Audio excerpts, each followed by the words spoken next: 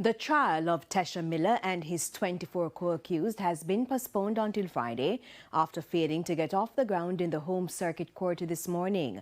The delay followed an application by the prosecution seeking an adjournment until June to complete disclosure and other procedural matters. More from Raquel Porter.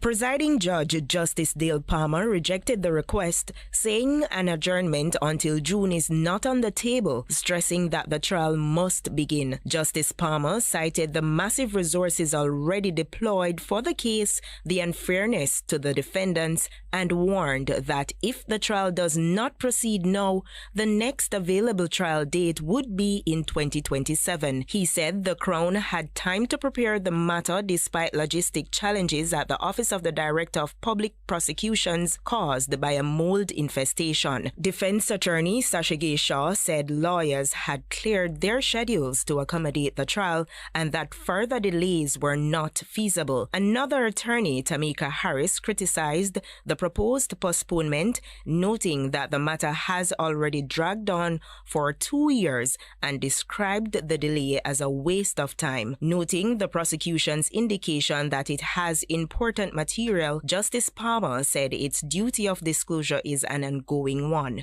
He said although it is untidy and undesirable for documents to be disclosed during the course of the trial, it is not uncommon. Prior to today's adjournment, Justice Palmer ordered the relevant officials attend court on Friday to address the outstanding CFCD report and DNA samples, as well as what is required to proceed.